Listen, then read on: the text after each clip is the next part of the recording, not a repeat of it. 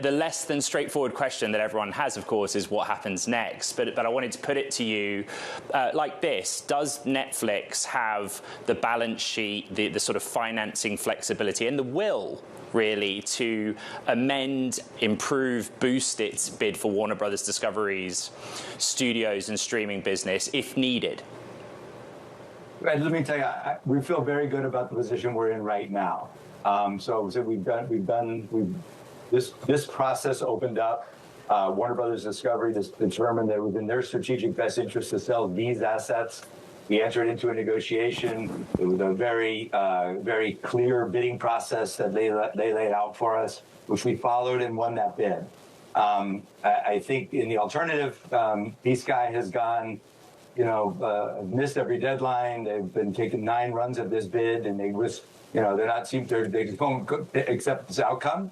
So what we've done here is we've given Warner Brothers Discovery a 7-day window to get some clarity about what Paramount is offering for this company. I believe that it's important to have that clarity. I think it's important that the Warner Brothers Discovery shareholders deserve to have that certainty and clarity about this deal. Now, your stock is down more than 30% since you announced this deal. So you feel good about it. Your shareholders, it's a little less clear. I know that I've heard you say that is because of uncertainty, but it went down basically as soon as you went into this. So I'm just wondering, is there a point at which it goes down so much that you and your fellow board members have to reconsider if this is the right path? Look, remember, we've run this company from the beginning for the long term. We think this deal will have a positive impact on the business for the long term. Remember, what we're doing in buying these assets is we've been creating original programming on Netflix for about a decade. They've been making original films and series for about 100 years. They have incredible IP, and we just happen to have a consumer model that can better maximize the returns on that IP. So I think it's a great long-term outcome. I think there has been some headwind in the stock. There's been some headwind in the sector, and there's been some headwind because of the AI trade, which I think is ironic because I think AI will be an amazing creator tool to actually make the entertainment business bigger and better than ever. So I do think those things have got to play out. When I said they don't like uncertainty, there's concern about bidding wars and all those things, and we have always been an incredibly disciplined buyer, and we will continue to be one here. Ted, on those headwinds you mentioned, there are a portion of the Netflix investor base and the Warner Brothers Discovery investor base that kind of see this as defensive by you and look at growth, right? Engagement growth in the second half of last year, such as it was.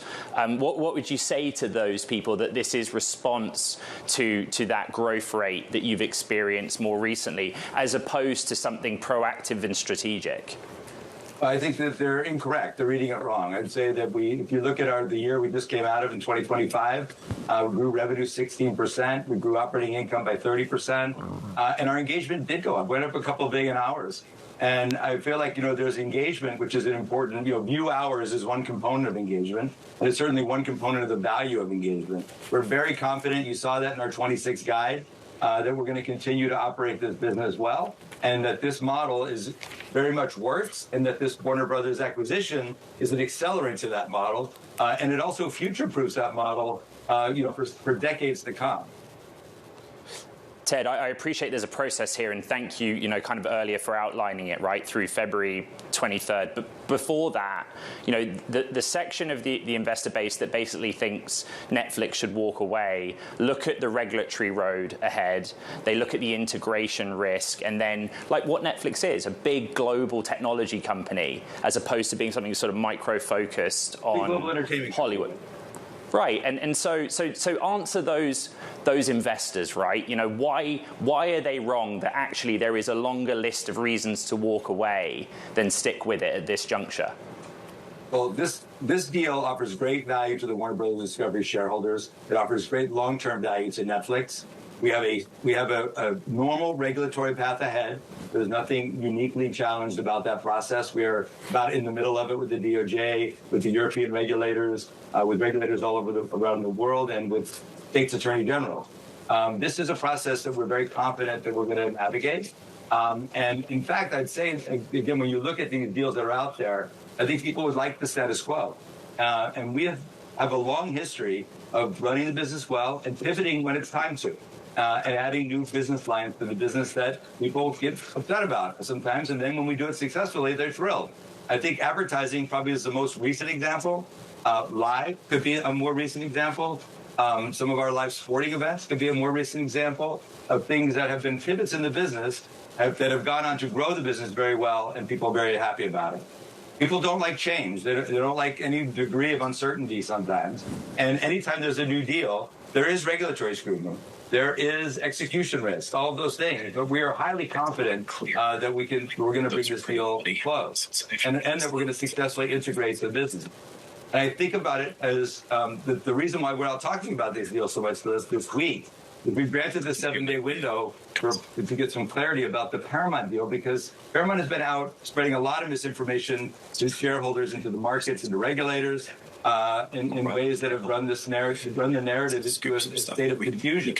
We're trying to say, well, take 7 days and get some clarity. Because what we believe is, and what the Warner Brothers Discovery Board agrees with us on as well, is that our deal is a superior deal. We believe it's good for them. We know it's good for us. And we are excited about getting it done. When you talk about kind of clarity and certainty, one of the aspects of the Paramount deal that they have stressed is better, and I think some of the Warner Brothers shareholders seem to agree or at least entertain it, is they're offering to buy the whole company. They will just take it out, $30 a share. Warner Brothers doesn't have to proceed with a spin beforehand. What is your argument for why your more complex deal is better for all those shareholders than just getting the cash tomorrow? Look, this deal is not complicated at all. It is $27.75 at plus the value of Discovery Global. By the way, it's the deal that they want. It is the deal that they asked for. These are the assets that were for sale. So the more complex thing is buying the whole company. If you do that, then you're buying these European sports networks. As you know, sports rights in Europe are incredibly highly regulated, as is the television landscape, which they'd be stepping themselves into. So I would argue that our deal is quite simple: $27.75 per share plus the value of Discovery Global, and which I think is an incredible asset. And they do too. That's why that they set the offer up this way. That's why when we were bidding, we bid for the assets that were for sale. If Discovery Global is a great asset, I'm just wondering, have you guys talked about just buying the whole company and doing the spin yourself? No, as you know, the linear broadcast business is not something that we're interested in, but others are. And I think when I look at the business, particularly those European networks are not in decline the way that some of the way they are in the U.S.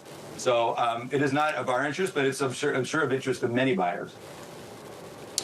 Ted, you are competing in a politically sensitive media deal.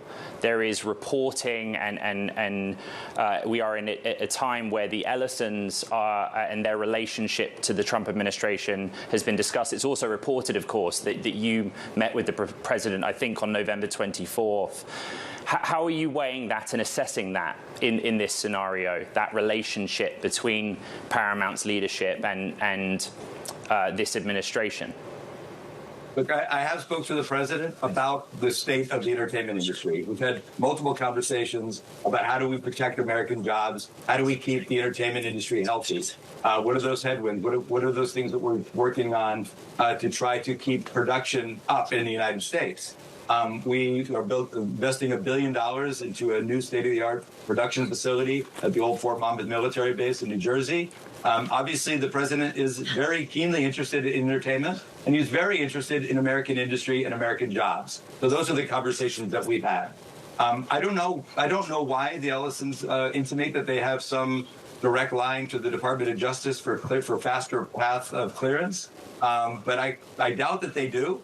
This is a process that is being run by the Department of Justice. The president has been very clear on that. We've been very clear on that. The Department of Justice published in 2023 the guidelines for mergers that they're following right now. So that's what's happening here. This is a business deal, not a political deal. You're joining us on Bloomberg Television and Radio. We're speaking to Netflix's co-CEO, Ted Sarandos. And Ted, last night, Bloomberg News reported that the Justice Department and its attorneys have made contact with movie theaters, the industry, to try and understand what either outcome would mean.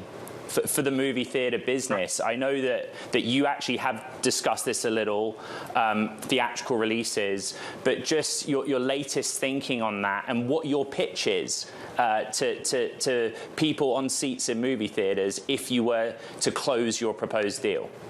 Yeah, it's a very important thing to look at, and I think why the DOJ is having those conversations. Those are all laid out in the 2023 merger guidelines. To better understand the landscape, they're going to talk to competitors and suppliers, and to better understand the landscape, including how it impacts adjacent businesses like the theatrical business.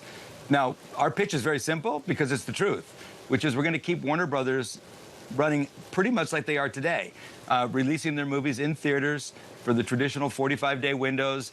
And in fact, it's even quite better for theaters because now that we're going to be in that business and own a theatrical distribution entity, we're going to take some of the Netflix films and put them through that as well. So it's very likely that you'll have even more outcome of high-quality films for the theaters if this deal goes through.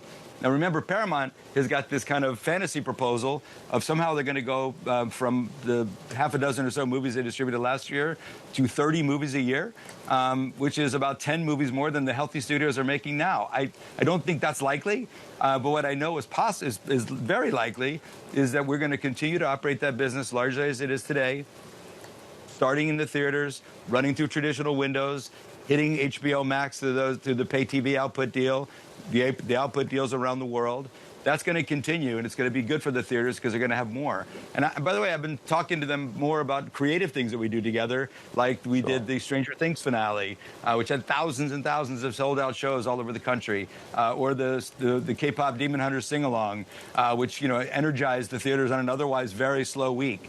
So we're excited about working together with the theaters to make that business healthy again as well. And I think that what they really need is more good movies, and we're going to provide them for them. Now, we both know that, as many times as you've made this commitment on the theaters, it seems that there's a certain contingent of the population that just struggles to believe it. And I'm wondering, my sense is, and I've heard that both theaters and some of the trade unions in Hollywood have asked for sort of formal commitments on some things like level of production, theatrical releases. Are you willing to kind of put those commitments in writing? And if not, why not? Lucas, let's be clear. This deal does not represent any concentration risk at all.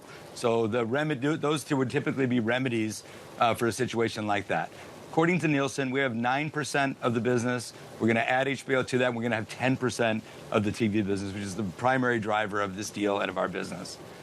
In the theatrical business, it's highly competitive. There's a lot of output that's going to go through there. The reason I'm not going to put it in writing, I wouldn't want to do this deal only to put ourselves at some bizarre competitive disadvantage down the road. And I've earned some of the skepticism about the theater business because I've said things about the state of the theater business, but I said that in the context of a business that we were not in. And today we own Warner Brothers, we own a theatrical distribution entity, and we're going to want to continue to invest against the success that they've had. Pam and Mike just opened their 9th #1 film at the box office, 9 in a row. That's the kind of winning that we want to do with Warner Brothers and the theater owners. You mentioned HBO, and one of the Lucas, if I can go back to what you said about the trade unions as well. I think it's very important that I would like to have the trade unions to support this deal on behalf of their membership. Because what's going to happen in the alternative of this deal, I know there's some people who believe, maybe if this deal doesn't happen, there'll be no sale of Warner Brothers. This sale is going to happen. It's going to be Netflix or it's going to be Paramount. And if it's Paramount, they've told everybody what they're going to do. They're going to have they've said $6 billion in cuts, but they've also told everyone who they're borrowing the money from that they're going to delever the company from 6 or 7 times down to 2 times in 18 months, which means $16 billion in cuts. So that's what the trade unions who represent the people who make movies, writers, directors, producers, the crews of IATSE and the Teamsters, they're going to be working in a business that's going to be $16 billion smaller, even than the $3 billion that Paramount has already cut out of its own company. So you're talking about an enormous contraction of the business, and the trade unions, I think, should come out and support this deal explicitly on behalf of their membership to protect employment and jobs. No, I'm curious. You brought up HBO, and one of the big kind of regulatory questions around this, antitrust law depends on, will prices go up for consumers? Is this bad for consumers? Are you going to offer HBO on a standalone basis going forward, and will you offer it for less than it is offered today? We will continue to offer it as a standalone unit. 80% of HBO Max subscribers in the United States have a Netflix subscription today, actually closer to 85%. So I think what that says is this is a very complementary business, and we'll be able to put those businesses together and give those consumers a pretty steep discount. So that we're excited to do, and that's why I think this will be pro-consumer, because I think consumers have already said these are complementary businesses that they today pay a 100% premium for.